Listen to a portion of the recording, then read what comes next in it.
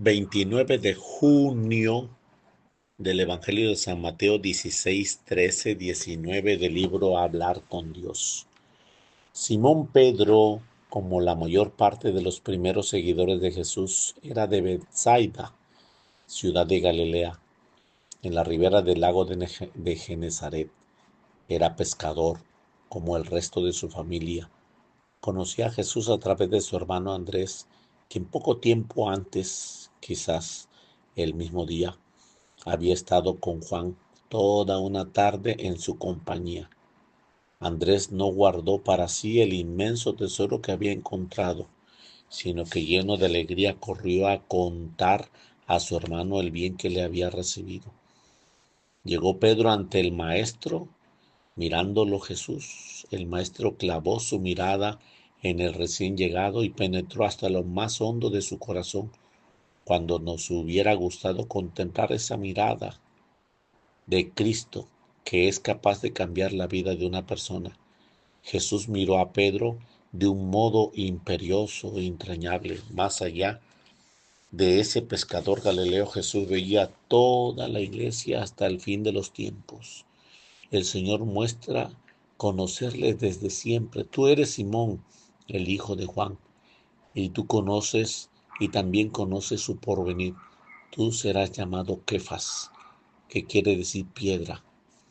En estas pocas palabras estaban definidas la vocación y el destino de Pedro, su quehacer en el mundo. Desde los comienzos, la situación de Pedro en la iglesia es la roca sobre la que está construida un edificio.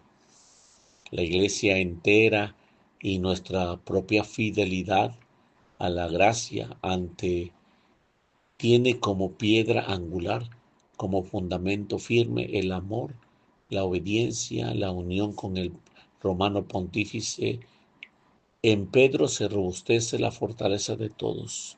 Enseña San León Magno, mirando a Pedro y a la iglesia en su peregrinar terreno, se le podemos aplicar las palabras del mismo Jesús. Cayeron las lluvias y los ríos, salieron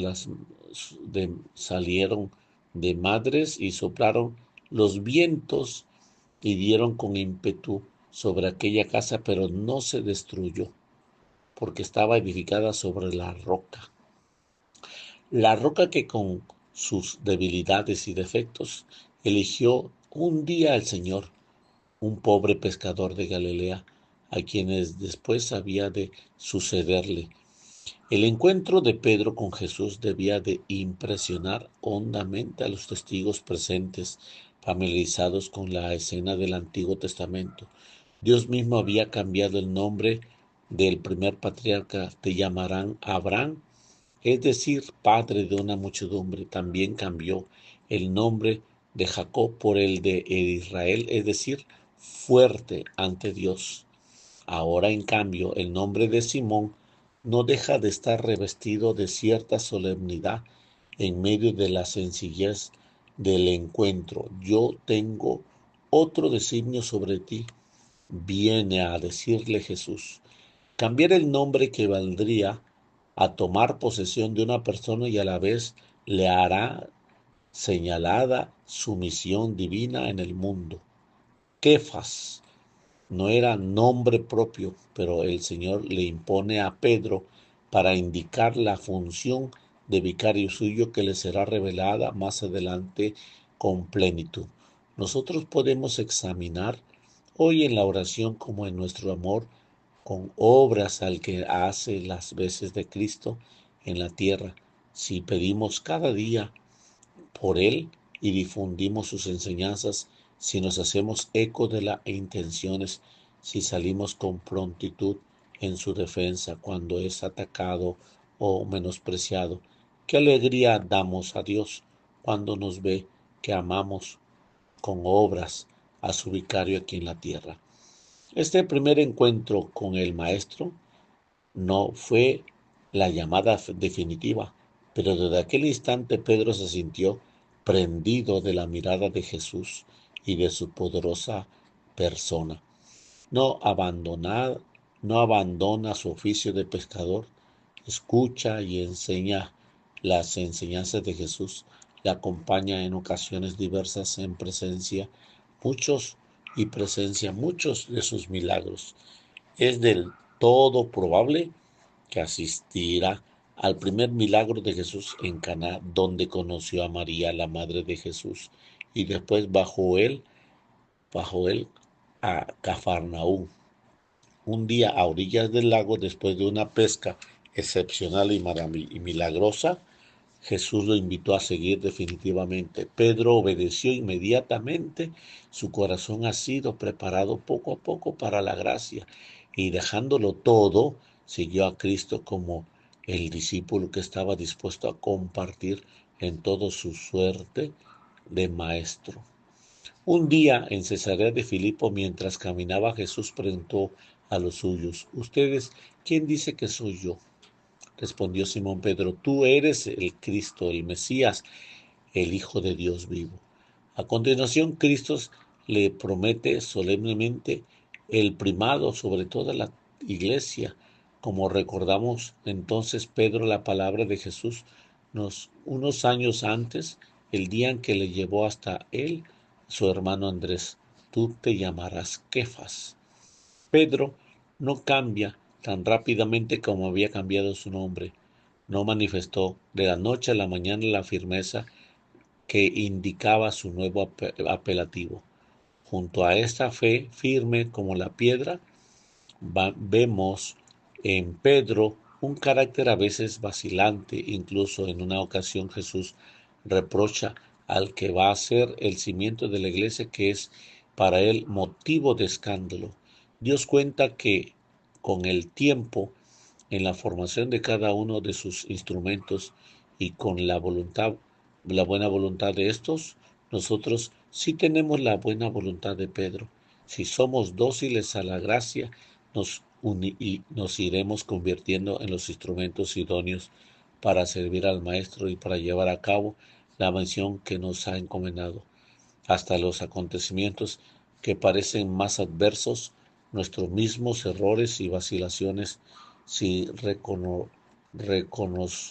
recomenzamos una y otra vez, si acudimos a Jesús, si abrimos el corazón con la dirección espiritual, todo nos ayudará a estar más cerca de Jesús, que, se, que no se cansa de suavizar nuestra tosquedad, y quizás en momentos difíciles oiremos como Pedro: hombre de poca fe, ¿por qué has dudado? Y veremos junto a nosotros a Jesús que nos tiende la mano. El maestro tuvo con Pedro particulares manifestaciones de aprecio. No obstante, más tarde, cuando Jesús más le necesitaba, en momentos particularmente dramáticos, Pedro renegó de él, que estaba solo y abandonado. Después de la resurrección, cuando Pedro y otros discípulos han vuelto a su antiguo oficio de pescadores, Jesús va especialmente en busca de él y se manifiesta a través de una segunda pesca milagrosa que recordaría en el alma de Simón aquella otra en la que el maestro lo invita definitivamente a seguirle y prometió que sería pescador de hombres.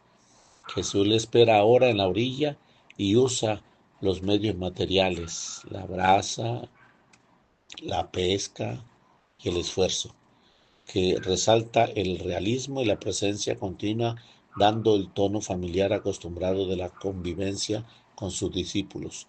Después de haber comido, Jesús dijo a Simón Pedro: Simón, hijo de Juan, ¿me amas más que estos? Después el Señor anunció a Simón: en verdad te digo, cuando eras joven te ceñías tú mismo e ibas a donde querías, pero cuando envejezcas extenderás las manos y otro te ceñirá y te llevará donde no quieras. Cuando escribe San Juan su evangelio, esta profecía se encuentra, se había cumplido. Por eso añade el evangelista: eso lo dijo indicando con qué muerte había de glorificar a Dios. Después Jesús recordó a Pedro aquellas palabras memorables que un día, año tras año, en la ribera de aquel mismo lago cambiaron para siempre la vida de Simón. Le dijo, sígueme. Una piadosa tradición cuenta que durante la cruenta persecución de Nerón, Pedro salía a instancia de la misma comunidad cristiana para buscar un lugar más seguro. Junto a la puerta de la ciudad se encontró a Jesús cargando con la cruz. Haciéndole preguntas, Pedro, ¿a dónde vas, Señor? Le contestó el maestro, a Roma, a dejarme crucificar. De nuevo, Pedro entendió la lección y volvió a la ciudad, donde le esperaba su cruz. Esta leyenda parece ser un eco último de aquella perfecta de la protesta de Pedro contra la cruz, la primera vez que Jesús le anunció su pasión. Pedro murió poco tiempo después. Un historiador atestigua y refiere que pidió ser crucificado con la cabeza abajo para crearse y creerse indigno de morir como su maestro con la cabeza en alto. Este martirio es recordado por los San Clemente, sucesor de Pedro, en el gobierno de la Iglesia romana.